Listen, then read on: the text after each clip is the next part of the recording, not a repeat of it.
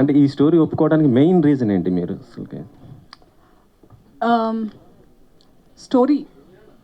Story ఒప్పుకోవడానికి main reason that when Simba the forest man, actually ఇంతకంటే ముందు వేరే టైటిల్, కొన్ని వర్కింగ్ టైటిల్స్ అనుకున్నాం, కానీ కాన్సెప్ట్ మురళి గారు చెప్పినప్పుడు నన్ను కొంచెం పర్సనల్గా ఎవరన్నా తెలిసిన వాళ్ళు, like if you watch me on my social media, నేను గ్యాప్ దొరికితే వెళ్ళిపోతూ ఉంటాను ఫారెస్ట్కి విత్ మై ఫ్యామిలీ.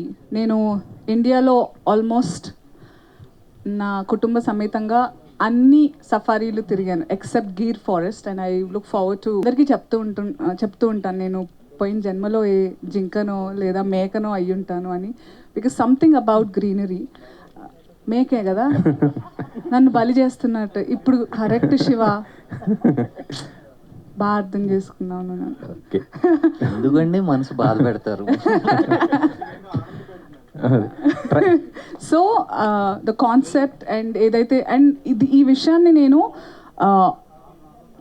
ఎలా చెప్పాలి, నేను పర్సనల్గా మన అందరం ఇళ్లలో ఫ్రెండ్స్తో మాట్లాడుకుంటూ ఉంటాం చెట్లు ఇట్లా. ఇప్పుడు ఫర్ ఎగ్జాంపుల్ ఇప్పుడు నేను మణికొండలో ఉంటున్నాను, మణికొండలో ఇంతకుముందు అంత ఖాళీ ఉండేది, ఇప్పుడు అంతా ఎలా అయిపోయింది, చెట్లు లేవు, పుట్టలు లేవు అని మనం అనుకుని వెళ్ళిపోతూ ఉంటాం. But I seriously feel like when there is summer, ఆ ఏరియాలో దట్ ప్లేస్ మన సిటీలోనే మాట్లాడదాం, నేను దాని గురించే మాట్లాడుతున్నా. కొన్ని చోట్ల అవి అలాగే ఉండాలి, ఆ రాళ్ళు.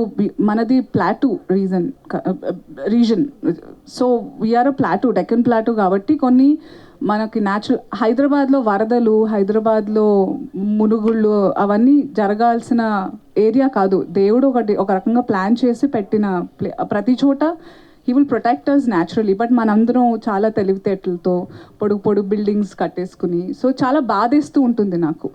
ఐఎమ్ నాట్ సేయింగ్ దట్ అవన్నీ అవ్వదు, మనం ప్రోగ్రెస్ అవ్వాలి, but we have to strike a balance somewhere, you know.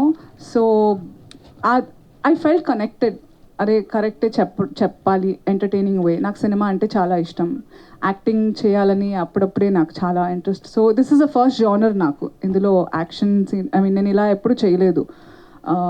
There is an action, I did couple of action scenes. బాగా చేశానా? అయ్యో బాబోయ్. సో ఇట్స్ డిఫరెంట్, నాకు challenging as an actor, plus story పరంగా కూడా నాకు చాలా దగ్గరగా ఫీల్ అయిన సినిమా.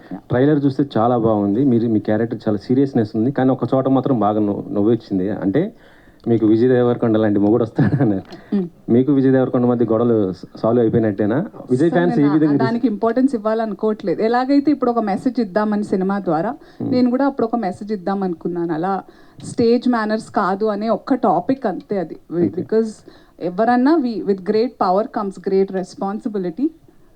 ఒక చోట మనకి ఫోకస్ లైమ్లైట్ ఉన్నప్పుడు ఒక పద్ధతిగా ఉండాలి.